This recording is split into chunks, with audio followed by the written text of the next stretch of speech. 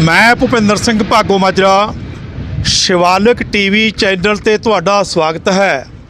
असी हाँ मौजूद कनेडा दे प्रसिद्ध शहर कैलगरी विखे। आ बिल्कुल जिथे मेरा कैमरामैन है इस दे नाल ही एक बहुत ही वधिया हाल है जिसनूं कोशो हाल करके जाणिया जांदा। सो इस कोशो हाल दे विच हर शनिवार ऐतवार कोई ना कोई एक्टिविटी चलती रहिंदी है।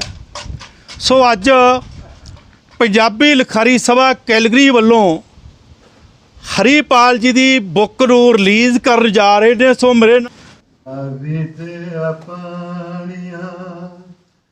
तू ठोकरा न मारवे माही दे शरीर उत्ते शाल बेशुमार वे रावी दे पानिया तू ठोकरा न मारवे माही दे शरीर उत्ते शाल बेशुमार वे रावी दे पानिया पवन गुरु पानी पिता माता धरत महत दे महाभाग अनुसार हवा पानी ते धरती मनुख लई पूजनीय ਹਨ। ਇਹਨਾਂ ਦੇ ਬਿਨਾ ਜੀਵਨ ਅਸੰਭਵ ਹੈ।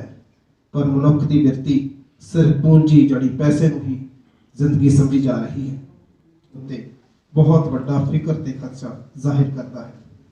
ਅੱਜ ਅਸੀਂ ਪੂੰਜੀਵਾਦ ਬਨਾਮ ਧਰਤੀ ਦੀ ਹੋਂਦ ਲੇਖ ਸੰਗ੍ਰਹਿ ਲੋਕ ਅਰਪਣ ਕਰਨ ਲਈ ਇਕੱਠੇ ਹੋਏ ਹਨ। ਪਹਿਲਾਂ ਬੁੱਧੀਜੀਵੀਆਂ ਦੀ ਜਵਾਨੀ ਜਿਨ੍ਹਾਂ ਇਸ ਕਿਤਾਬ ਨੂੰ ਪੜ੍ਹਿਆ ਸਮਝਿਆ ਹੈ ਉਹਨਾਂ ਤੋਂ ਇਸ ਕਿਤਾਬ ਦਾ ਪਾਠਕਾਂ ਲਈ ਕੀ ਸੁਨੇਹਾ ਹੈ ਤੇ ਲੇਖਕ ਦਾ ਲਿਖਣ ਦਾ ਕੀ ਮਕਸਦ ਹੈ ਉਹ ਸੁਣਦੇ ਹਾਂ। ਸਭ ਤੋਂ ਪਹਿਲਾਂ ਮੈਂ ਬੇਨਤੀ ਕਰਾਂਗਾ ਬਲਜਿੰਦਰ ਸੰਘਾ ਜੀ ਨੂੰ ਕਿ ਉਹ ਇਸ ਕਿਤਾਬ ਬਾਰੇ ਆਪਣੇ ਵਿਚਾਰ ਪੇਸ਼ ਕਰਨ। ਬਲਜਿੰਦਰ ਸੰਘਾ ਜੀ।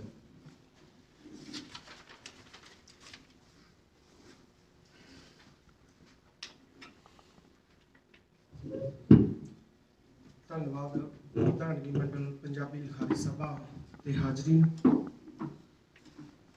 ਹਰੀਪਾਲ ਜੀ ਦੇ ਬਾਰੇ ਪਹਿਲਾਂ ਤਾਂ ਮੈਂ ਥੋੜੀ ਜਿਹੀ ਗੱਲ ਇਹ ਕਰਨੀ ਚਾਹਾਂਗਾ ਕਿ ਇੱਕ ਖੱਬੇ ਪੱਖੀ ਵਿਚਾਰਧਾਰਾ ਦਾ ਲੇਖਕ ਹੈ ਤੇ ਇਸ ਦੀਆਂ ਜਿਹੜੀਆਂ ਲਿਖਤਾਂ ਉਹ ਸਮਾਜ ਨੂੰ ਸੇਧ ਦੇਣ ਵਾਲੀਆਂ ਹੁੰਦੀਆਂ, ਨਾ ਕਿ ਇਹ ਕੋਈ ਪਿਆਰ ਦੇ ਟੁੱਟੇ ਕੂੜੇ ਕਬਾੜੇ ਦੇ ਸ਼ੇਅਰ ਲਿਖਦਾ ਹੈਗਾ।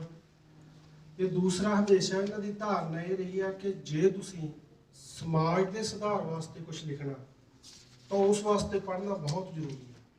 ਹੁਣ ਇਹਦੇ ਵਿੱਚ ਮੇਰੀ ਇੱਕ ਟਿੱਪਣੀ ਆ ਹਰੀਪਾਲ ਜੀ ਬਾਰੇ ਤੇ ਇਹਦੀ ਲਿਖਤ ਬਾਰੇ। ਮੈਂ ਉਹ ਪਹਿਲਾਂ ਪੜ੍ਹਦਾ। ਹਰੀਪਾਲ ਜੀ ਖੱਬੇ ਪੱਖੀ ਵਿਚਾਰਧਾਰਾ ਦਾ ਲੇਖਕ ਹੈ। ਕਾਲਜ ਦੀ ਪੜ੍ਹਾਈ ਵੇਲੇ ਉਹ ਇਨਕਲਾਬੀ ਸਾਹਿਤ ਦੀ ਚੇਟਕ ਕਾਰਨ ਪੁਲਿਸ ਤੋਂ ਕਈ ਵਾਰ ਬਚਿਆ। 43 ਸਾਲ ਤੋਂ ਕੈਨੇਡਾ ਵਿੱਚ ਰਹਿੰਦਿਆਂ ਉਸਨੇ 21 ਸਾਲ ਲੱਕੜ ਮਿੱਲ ਵਿੱਚ ਕੰਮ ਕੀਤਾ ਤੇ ਫਿਰ ਇੰਨੇ ਸਾਲ ਹੀ ਟੈਕਸੀ ਚਲਾਈ। ਪਰ ਲੱਕੜ ਮਿੱਲਾਂ ਦਾ ਭਾਰਾ ਕੰਮ ਤੇ ਟੈਕਸੀ ਦੀਆਂ ਲੱਗੀਆਂ ਲੰਬੀਆਂ ਸ਼ਿਫਟਾਂ ਰਾਹੀਂ ਪਰਿਵਾਰਕ ਫਰਜ਼ ਨਿਭਾਉਂਦਾ ਉਹ ਇਨਕਲਾਬੀ ਸਾਹਿਤ ਨਾਲ ਹਮੇਸ਼ਾ ਜੁੜਿਆ ਰਿਹਾ। ਹਰੀਪਾਲ नहीं होए हरीपाल जी ने एक किताब मैनू दिती पढ़न लई, पर मैनू ये नहीं पता कि इस वीक ही इनू रिलीज़ भी किया जाना। फिर इन्होंने बुधवार शायद फोन किया मैनू ते कहते किताब से आप चर्चा करनी है। मैं कहा मैं तो अज पढ़ी नहीं, कहते तेन देता गया सी मैं चलो ठीक है जी। फिर आप कहते अपना प्रोग्राम इसे वीकेंड ते तो तुसीं ट्रस्टी कारपोरेट घराणिਆਂ ਦੀ ਲੁੱਟ ਅਤੇ ਭ੍ਰਿਸ਼ਟਾਚਾਰ ਕਬਜ਼ੇ ਜਮਾਉਣ ਲਈ ਜਮਾਤੀ ਸਰਦਾਰੀ ਅਤੇ ਮੌਜੂਦਾ ਸੰਸਾਰੀਕਰਨ ਦੇ ਸੱਭਿਆਚਾਰ ਅੰਦਰ ਆਵਾਮ ਦੇ ਰੋਜ਼ਾਨਾ ਵਾਸਤਵਿਕ ਜੀਵਨ ਸਮਾਜ ਅੰਦਰ ਟੁੱਟ ਰਹੇ ਭਾਈਚਾਰਕ ਰਿਸ਼ਤਿਆਂ ਅੰਦਰ ਖਟਾਸ ਅਤੇ ਸਭ ਤੋਂ ਵੱਧ ਮਨੁੱਖੀ ਕਦਰਾਂ ਕੀਮਤਾਂ ਅੰਦਰ ਆਈ ਵਿਗਾੜ ਜੋ ਲੇਖਕ ਦੇ ਨੂੰ ਰੜਕਦੀ ਹੈ ਹਰ ਪਾਤਰ ਦੇ ਚਿਹਰੇ ਤੇ ਦਿਸਦੀ ਹੈ। ਲੇਖਕ ਦੇ ਨਿਬੰਧਾਂ ਵਿੱਚ ਬੌਧਿਕ ਯਥਾਰਥ ਹੈ, ਸ਼ੈਲੀ ਸਰਲ ਤੇ ਸੁਭਾਵਿਕ ਹੈ, ਆਮ ਬੋਲੀ ਪਰ ਪੱਛਮੀ ਜਨ ਜੀਵਨ ਅੰਦਰ ਪ੍ਰਭਾਵਿਤ ਹੈ। ਲੇਖਕ ਨੇ ਆਪਣੀ ਸਾਹਿਤਕ ਧਾਰਾ ਅੰਦਰ ਇਨਕਲਾਬੀ ਸਾਹਿਤਕ ਵਿਚਾਰਾਂ ਰਾਹੀਂ ਆਪਣੀ ਬਿਰਤ ਨੂੰ ਪਾਠਕਾਂ ਸਾਹਮਣੇ ਪੇਸ਼ ਕਰਕੇ ਅੱਗੇ ਵਧਣ ਦਾ ਤਜਰਬਾ ਕੀਤਾ ਹੈ। ਚੰਗਾ ਯਤਨ ਹੈ। ਪੂੰਜੀਵਾਦੀ ਆਧਾਰਵਾਦ ਦਾ ਯੁੱਗ ਹੈ। ਇਸ ਤਹਿਤ ਲੇਖਕ ਦੀਆਂ ਚੁਣੌਤੀਆਂ ਹਨ। ਉਹਨਾਂ ਨੂੰ ਹਾਣੀ ਬਣਨ ਵਾਲਾ ਹੀ ਸਾਹਿਤ ਰਚਨਾ ਚਾਹੀਦਾ ਹੈ। ਇਹ ਉਹਨਾਂ ਨੇ ਇੱਕ ਪ੍ਰੇਰਨਾ ਦਿੱਤੀ ਹੈ। ਬਜ਼ੁਰਗ ਹੁਣ ਜਾਣ ਕਿਹੜੇ ਰਾਹ, ਕਰੋਨਾ ਵਾਇਰਸ, ਅਨੈਤਿਕਤਾ, ਨਸਲਵਾਦ, ਸਾਮਰਾਜੀ ਗਿਰਜਾ, ਇੱਕ ਪੈਰ ਟੈਕਸਾਂ ਦਾ ਬੋਝ, ਕੈਨੇਡਾ ਅੰਦਰ ਸਾਡਾ ਰਹਿਣ ਸਹਿਣ, ਕੈਨੇਡਾ ਵਿੱਚ ਮਜ਼ਦੂਰਾਂ ਦੀ ਲੁੱਟ, ਸੱਚ ਬੁੱਝਣ ਦੀ ਸਜ਼ਾ, ਕਿਤਾਬਾਂ ਪੜ੍ਹਨੀਆਂ, ਕਰੋਨਾ, ਨਸਲਵਾਦ, ਫੁਕਰਾਬਾਜੀ ਆਦਿ ਲੇਖਾਂ ਅੰਦਰ ਸਾਨੂੰ ਅਖੌਤੀ ਪਾਰਲੀਮਾਨੀ ਜਮਹੂਰੀਅਤ ਦੇ ਅੰਦਰੋਂ ਖੁਦ ਬਖੁਦ ਨਵ ਆਧਾਰਵਾਦ ਅਤੇ ਵਿਸ਼ਵ ਪੂੰਜੀ ਦੇ ਹੱਥੋਂ ਖੁਰ ਰਹੀ ਹੈ। ਉਸ ਕਾਰਨ ਧਨ ਦੇ ਵਹਾਅ ਨਾਲ ਜਮਹੂਰੀਅਤ ਦੀ ਭੰਨਤੋੜ ਅਤੇ ਰਾਜਨੀਤੀ ਅੰਦਰ ਜੁਰਮਾਂ ਦਾ ਵਾਧਾ ਅਤੇ ਅਪਰਾਧੀਆਂ ਦੇ ਦਾਖਲੇ ਨਾਲ ਕਿਰਤੀ ਲੋਕਾਂ ਅੱਜ ਜਿਹੜੀ ਕਿਤਾਬ ਤੇ ਚਰਚਾ ਹੋ ਰਹੀ ਹੈ, ਸਾਡੇ ਬਹੁਤ ਹੀ ਸਤਿਕਾਰਯੋਗ ਪ੍ਰੋਗਰੈਸਿਵ ਕਲਚਰ ਐਸੋਸੀਏਸ਼ਨ ਕੈਲਗਰੀ ਦੇ ਐਗਜ਼ੈਕਟਿਵ ਕਮੇਟੀ ਮੈਂਬਰ ਹਰੀਪਾਲ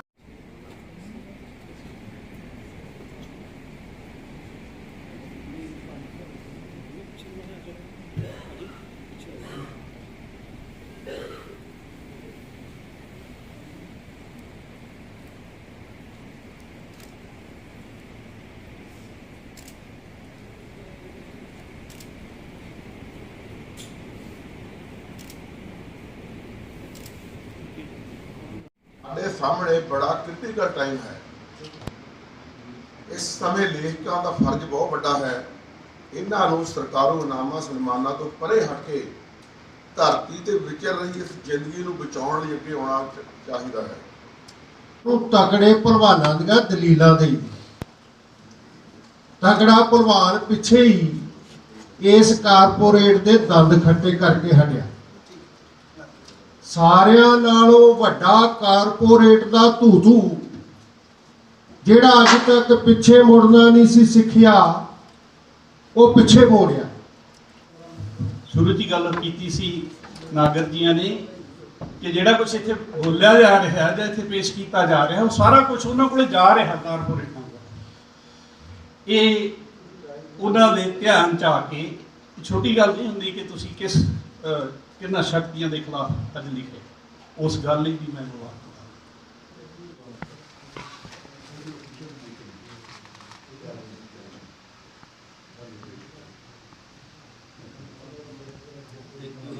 ਉਹਦੀ ਜਿਹੜੀ ਮੈਨੂੰ ਖਾਸੀਅਤ ਲੱਗਦੀ ਹੈਗੀ ਆ, ਜਿਵੇਂ ਐਡੇ ਵੱਡੇ ਚਿੰਤਕ ਹਰੀਪਾਲ ਜੀ, ਵਿਜੇਂਦਰ ਸੰਘਾ ਹੋਣੀ, ਰੋਜੀ ਸਰਵਲ ਚੱਠਾ, ਤਰਲੋਚਨ ਸਾਹਿਬੀ ਤੇ ਹੋਰ ਵੱਡੇ ਧਨੰਤਰ ਇਹਦੇ ਨਾਲ ਜੁੜੇ ਹੋਏ ਨੇ ਤੇ ਵਧੀਆ ਕਾਰਜ ਕਰ ਰਹੇ ਨੇ।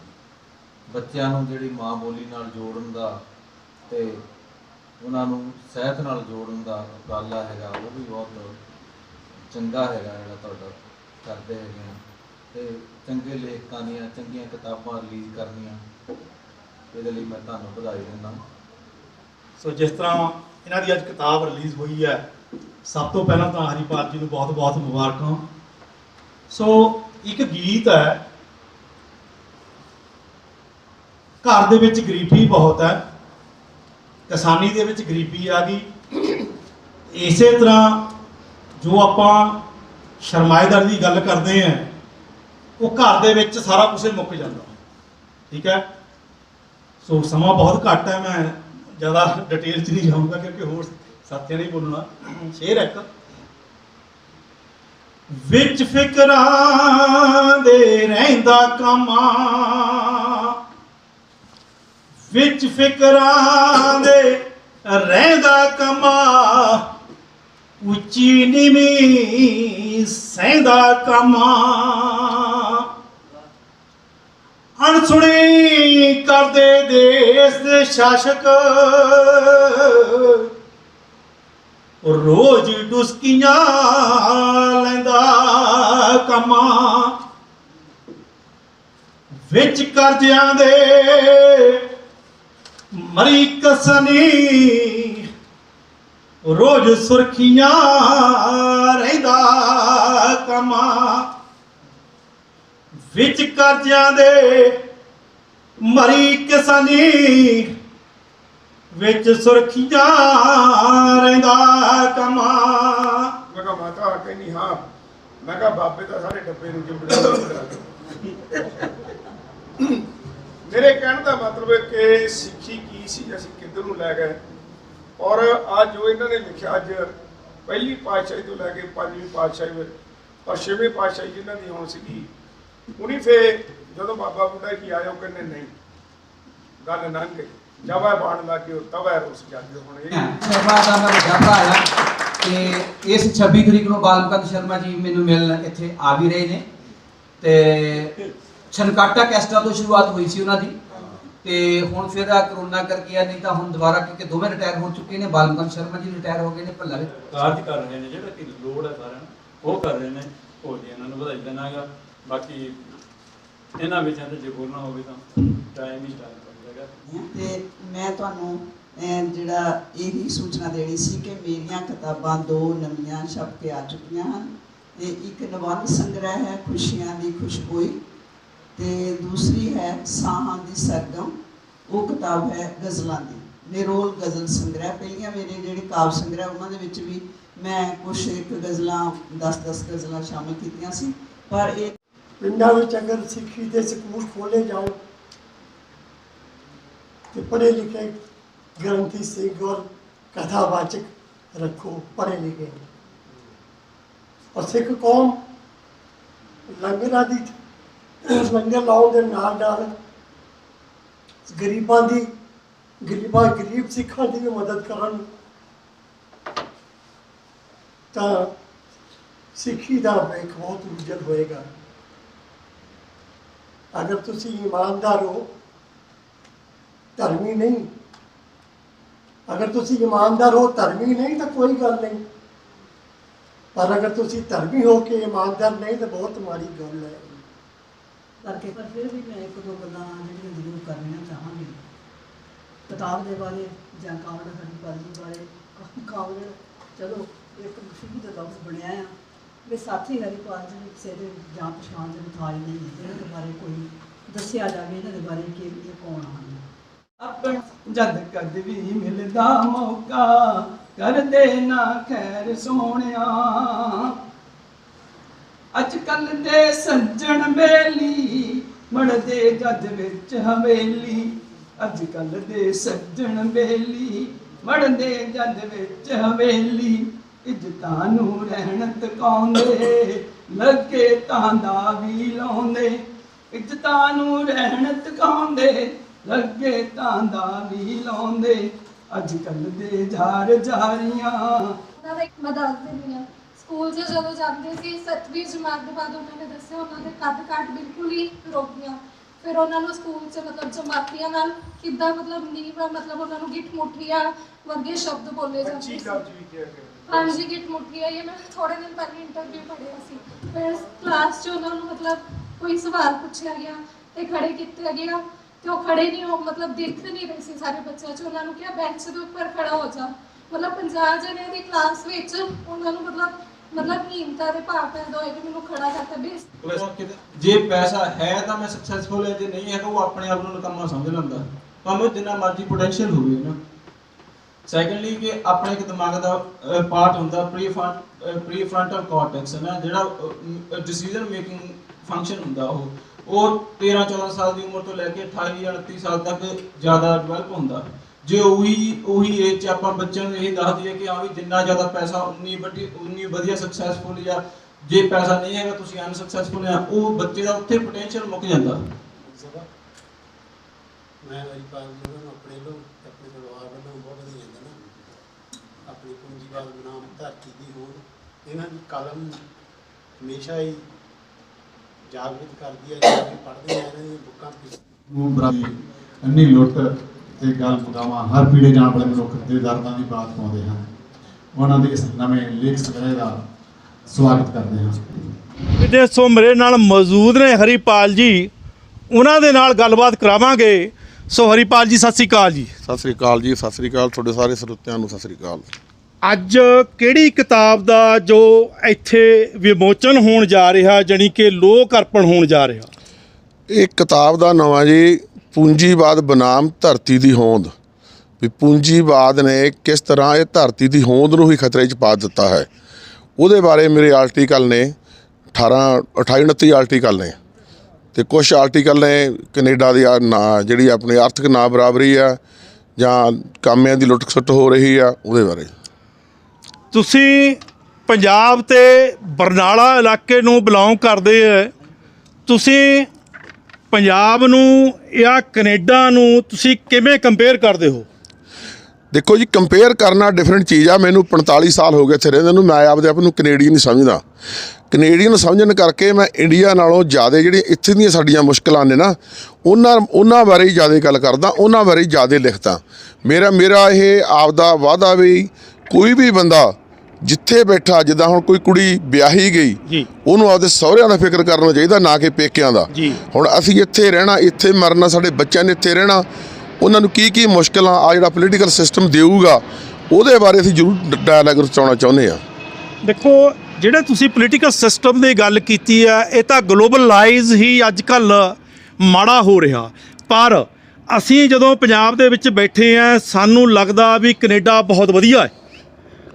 ਅਸੀਂ ਉੱਥੋਂ, ਸਾਡੇ ਬੱਚੇ ਆ ਦੇਖਾ ਦੇਖੀ ਸਾਰੇ ਆ ਰਹੇ ਹੈ, ਪਰ ਦਰਸ਼ਕ ਇਹ ਸੁਣਨਾ ਚਾਹੁੰਦੇ ਹੈ ਵੀ ਕਿਆ ਕੈਨੇਡਾ ਵਧੀਆ ਹੈ ਕਿ ਨਹੀਂ ਵਧੀਆ? ਦੇਖੋ, ਮਜ਼ਦੂਰਾਂ ਦੀ ਲੁੱਟ ਚਾਹੇ ਇੰਡੀਆ ਚਾਹੇ ਕੈਨੇਡਾ ਦੋਨੀ ਪਾਸੇ ਹੋ ਰਹੀ ਹੈ। ਕੈਨੇਡਾ ਦੇ ਵਿੱਚ ਵੀ ਜਦੋਂ ਅਸੀਂ ਆਏ ਹਾਂ 45 ਸਾਲ ਪਹਿਲਾਂ, ਜ਼ਿੰਦਗੀ ਬੜੀ ਸੌਖੀ ਸੀ।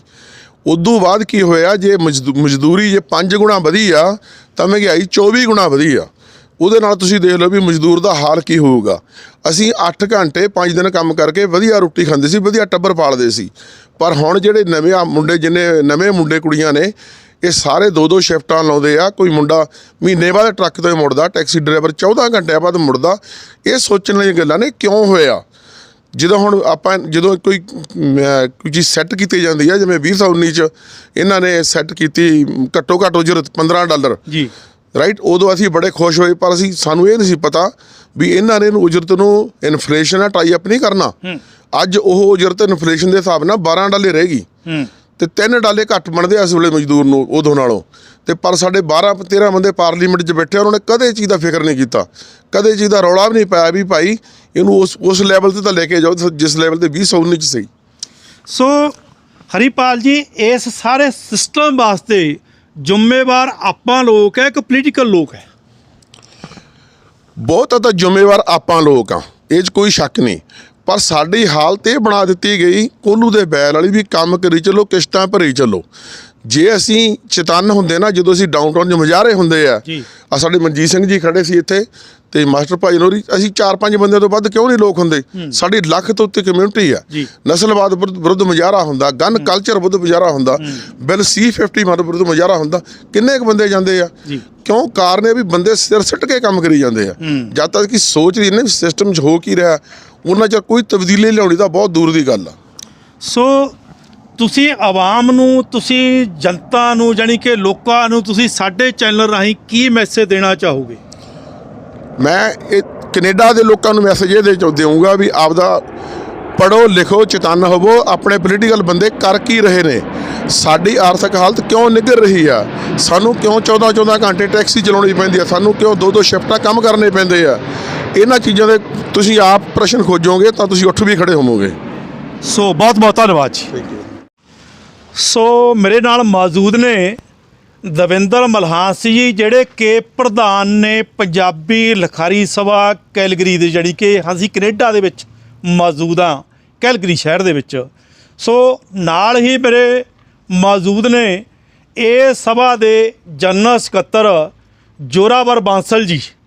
ਸੋ ਸਾਰਿਆਂ ਨੂੰ ਜੀ ਸਤਿ ਸ਼੍ਰੀ ਅਕਾਲ। ਸੋ ਸਭ ਤੋਂ ਪਹਿਲਾਂ ਪ੍ਰਧਾਨ ਜੀ, ਤੁਹਾਡੇ ਨਾਲ ਸਾਡੀ ਸਤਿ ਸ਼੍ਰੀ ਅਕਾਲ, ਗੱਲਬਾਤ ਕਰਾਂਗੇ ਵੀ ਜੋ ਤੁਸੀਂ ਕਿਤਾਬਾਂ ਰਿਲੀਜ਼ ਕਰਦੇ। ਪਹਿਲੀ ਗੱਲ ਤਾਂ ਮੈਨੂੰ ਬਹੁਤ ਖੁਸ਼ੀ ਹੋਈ, ਮੈਂ ਮੀਡੀਆ ਵੱਲੋਂ ਪੰਜਾਬੀ ਲਿਖਾਰੀ ਸਭਾ ਕੁਰਾਲੀ ਤੋਂ ਮੈਂ ਮੀਡੀਆ ਸਕੱਤਰ ਹੈ। ਇਹ ਮੇਰਾ ਆਪਣਾ ਚੈਨਲ ਹੈ, ਮੈਂ ਆਇਆ ਹੋਇਆ। ਸਾਡੀ ਕੋਸ਼ਿਸ਼ ਹੁੰਦੀ ਹੈ ਪੰਜਾਬੀ ਭਾਸ਼ਾ ਨੂੰ ਪ੍ਰਮੋਟ ਕਰਨ ਵਾਸਤੇ ਅਸੀਂ ਵੱਖ-ਵੱਖ ਸਾਹਿਤਕ ਸਭਾਵਾਂ ਦੇ ਜਿਹੜੇ ਫੰਕਸ਼ਨ ਹੈ ਉਹ ਅਸੀਂ ਦੁਨੀਆ ਨੂੰ ਦਿਖਾਉਂਦੇ ਆ। ਸੋ ਇਹ ਜਿਹੜੇ ਪ੍ਰੋਗਰਾਮ ਹੈ ਤੁਹਾਡੇ, ਇਸ ਪ੍ਰੋਗਰਾਮਾਂ ਦੇ ਵਿੱਚ ਤੁਹਾਡੀ ਰੂਪ ਰੇਖਾ ਕੀ ਹੁੰਦੀ ਹੈ? ਇਸ ਦੇ ਵਿੱਚ ਜੀ ਅਸੀਂ ਜਿੱਦਾਂ ਕੋਈ ਆਪਣੇ ਕਿਸੇ ਵੀ ਸਾਹਿਤਕਾਰ ਦੀ ਕੋਈ ਵਧੀਆ ਕਿਤਾਬਾਂ ਹੈਗੀਆਂ ਅਸੀਂ ਉਹ ਰਿਲੀਜ਼ ਕਰਦੇ ਹੈਗੇ ਹਾਂ। ਉਹ 'ਤੇ ਗੱਲਬਾਤ ਹੁੰਦੀ ਹੈਗੀ, ਪ੍ਰੋਪਰ ਪੇਪਰ ਪੜ੍ਹਿਆ ਜਾਂਦਾ ਹੈਗਾ। ਅਤੇ ਆਪਣੇ ਪੰਜਾਬੀ ਲਿਖਾਰੀ ਸਭਾ ਹੋਰ ਜਿੱਦਾਂ ਕਹਿ ਲਓ ਬਈ ਆਪਣੇ ਬੱਚਿਆਂ ਦਾ ਪ੍ਰੋਗਰਾਮ ਸਾਲਾਨਾ ਪ੍ਰੋਗਰਾਮ ਹੁੰਦਾ, ਅਸੀਂ ਹਰੇਕ ਸਾਲ ਉਹ ਕਰਾਉਂਦੇ ਹੈਗੇ ਹਾਂ। ਹਾਂਜੀ, ਉਹਦੇ ਵਿੱਚ ਬੱਚਿਆਂ ਦੇ ਪੰਜਾਬੀ ਬੋਲਣ ਮਹਾਰਤ ਮੁਕਾਬਲੇ ਹੁੰਦੇ ਹੈਗੇ ਨੇ। ਅਤੇ ਇਸ ਤਰ੍ਹਾਂ ਅਸੀਂ ਵਧੀਆ ਸਾਹਿਤਕਾਰ ਨੂੰ ਅਸੀਂ ਸਨਮਾਨਿਤ ਕਰਦੇ ਆ ਰਹੇ ਹਾਂ ਪਿਛਲੇ 20 ਸਾਲਾਂ ਤੋਂ। ਪਿਛਲੇ 2 ਸਾਲ ਤੋਂ ਕੋਵਿਡ ਚੱਲ ਰਿਹਾ ਸੀਗਾ, ਸਾਰੇ ਕੰਮ ਰੁਕ ਗਏ ਸੀਗੇ, ਪਰ ਅਸੀਂ ਹੁਣ ਦੁਬਾਰਾ ਫਿਰ ਇਹ ਸ਼ੁਰੂ ਕਰਿਆ ਹੈਗਾ। ਤੇ ਪ੍ਰਧਾਨ ਜੀ, ਕਿੰਨੀਆਂ ਹੁਣ ਤੱਕ ਲੇਖਕਾਂ ਦੀਆਂ ਕਿਤਾਬਾਂ ਜਿਹੜੀਆਂ ਤੁਸੀਂ ਲੋਕ ਅਰਪਣ ਕਰ ਚੁੱਕੇ? ਹਾਂਜੀ, ਇਹ 'ਚ ਮੇਰੇ ਖਿਆਲ 'ਚ ਕੋਈ ਗਿਣਤੀ ਨਹੀਂ ਹੋਣੀ ਹੈਗੀ। ਅਸੀਂ ਹਾਂਜੀ ਹੋਣੀ ਮੇਰੇ ਖਿਆਲ ਦੇ ਵਿੱਚ 50 ਦੇ ਉੱਪਰ ਹੋ ਗਈਆਂ ਹੋਣੀਆਂ ਹੈਗੀਆਂ। ਹਰੇਕ ਸਾਲ 3-4 ਕਿਤਾਬਾਂ ਹੋ ਜਾਂਦੀਆਂ ਹੈਗੀਆਂ ਸਾਡੇ ਕੋਲ। ਠੀਕ ਹੈ ਜੀ। ਹਾਂਜੀ ਹਾਂ। ਤੇ ਜਿਹੜੀਆਂ ਤੁਹਾਡੀਆਂ ਸਰਗਰਮੀਆਂ ਚੱਲਦੀਆਂ ਨੇ ਉਹ ਲਗਭਗ ਇਸੇ ਜਗ੍ਹਾ ਤੇ ਚੱਲਦੀਆਂ, ਕਿਸੇ ਹੋਰ ਜਗ੍ਹਾ ਤੇ ਵੀ ਆ? ਅਸਲ ਦੇ ਵਿੱਚ ਜਿਹੜਾ ਸਾਡਾ ਮੰਥਲੀ ਮੀਟਿੰਗ ਹੁੰਦੀ ਹੈਗੀ ਉਹ ਇਸ ਜਗ੍ਹਾ ਦੇ ਉੱਪਰ ਹੁੰਦੀ ਹੈਗੀ ਆ। ਜਿਹੜਾ ਸਾਲਾਨਾ ਪ੍ਰੋਗਰਾਮ ਹੁੰਦਾ ਉਹ ਵੱਡੇ ਹਾਲ 'ਚ ਹੁੰਦਾ ਹੈਗਾ। ਉੱਥੇ ਜ਼ਿਆਦਾ ਆਪਣੇ ਹੁੰਦੇ ਹੈਗੇ ਨੇ, ਕਹਿ ਲਓ ਵੀ ਸਰੋਤੇ ਸੁਣਨ ਵਾਲੇ। ਉਹ ਵੱਡੀ ਜਗ੍ਹਾ, ਖੁੱਲ੍ਹੀ ਜਗ੍ਹਾ ਹੁੰਦੀ ਹੈ, ਵੱਡਾ ਹਾਲ ਬੁੱਕ ਕਰਿਆ ਹੁੰਦਾ। ਜਿਹੜਾ ਬੱਚਿਆਂ ਦਾ ਪ੍ਰੋਗਰਾਮ ਪੰਜਾਬੀ ਬੋਲਣ ਵਾਲਾ ਹੁੰਦਾ ਤਾਂ ਸਾਲਾਨਾ ਪ੍ਰੋਗਰਾਮ ਅਸੀਂ ਕਰਦੇ ਹੈਗੇ ਹਾਂ, ਅਸੀਂ ਉੱਥੇ ਕਰਦੇ ਹੈਗੇ ਹਾਂ। ਅਤੇ ਇੱਕ ਵਾਰ ਆਪਣੇ ਅਸੀਂ ਦੂਜੀ ਮੀਟਿੰਗ ਵੀ ਕਰਾਈ ਵਰਲਡ ਪੰਜਾਬੀ ਕਾਨਫਰੰਸ ਅਸੀਂ ਉਹ ਵੀ ਕਰਾ ਚੁੱਕੇ ਹਾਂ। ਉਹ ਵੀ ਉਹਦੇ ਵਿੱਚ ਹੀ ਹੋਈ ਸੀਗੀ, ਵੱਡੇ ਹਾਲ ਦੇ ਵਿੱਚ।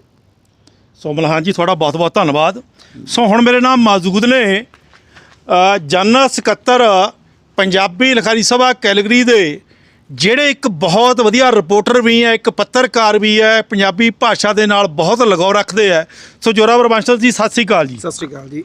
ਤੁਹਾਡੇ ਚੈਨਲ ਦੇ ਸਾਰੇ ਦੇਖਣ ਸੁਣਨ ਵਾਲਿਆਂ ਨੂੰ ਮੇਰੇ ਵੱਲੋਂ ਬਹੁਤ ਬੜੀ ਪਿਆਰ ਭਰੀ ਸਤਿ ਸ਼੍ਰੀ ਅਕਾਲ ਜੀ। ਸੋ ਸਾਨੂੰ ਬਹੁਤ ਖੁਸ਼ੀ ਹੈ ਵੀ ਤੁਸੀਂ ਇੱਕ ਰਿਪੋਰਟਰ ਦਾ ਕੰਮ ਵੀ ਕਰਦੇ ਹੋ, ਇੱਕ ਜਨਰਲ ਸਕੱਤਰ ਦਾ ਕੰਮ ਵੀ ਕਰਦੇ ਹੋ। ਤੁਹਾਨੂੰ ਪੰਜਾਬੀ ਭਾਸ਼ਾ ਦੇ ਨਾਲ ਬਹੁਤ ਪਿਆਰ ਹੈ। ਸੋ ਜਿਹੜੀਆਂ ਗਤੀਵਿਧੀਆਂ ਹੈ, ਇਹ ਗਤੀਵਿਧੀਆਂ ਦੇ ਸੰਬੰਧ ਵਿੱਚ ਤੁਸੀਂ ਕੀ ਕਹਿਣਾ ਚਾਹੋਗੇ?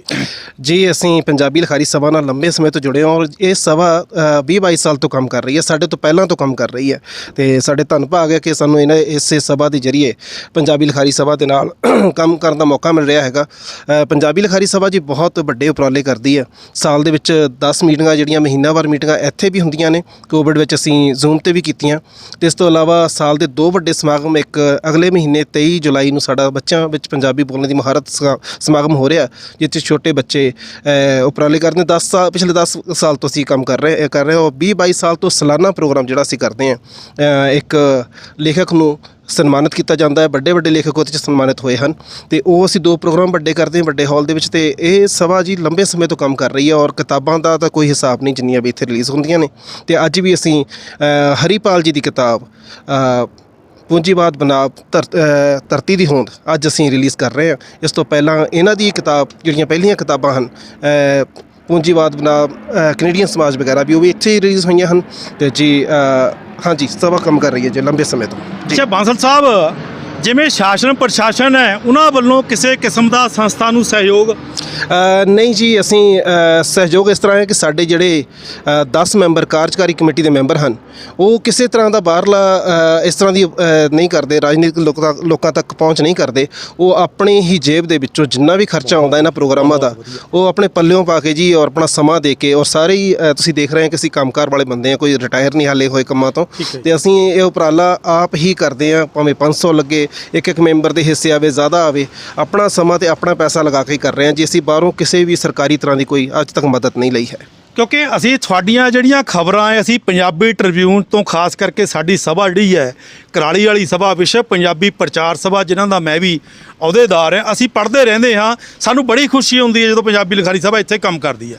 ਸੋ ਸਾਡੇ ਚੈਨਲ ਤੋਂ ਤੁਸੀਂ ਆਵਾਮ ਨੂੰ ਜੋ ਸੰਗਤਾਂ ਹੈ, ਜੋ ਪੰਜਾਬੀ ਭਾਈਚਾਰਾ, ਉਹਨੂੰ ਕੀ ਮੈਸੇਜ ਦੇਣਾ ਚਾਹੋਗੇ?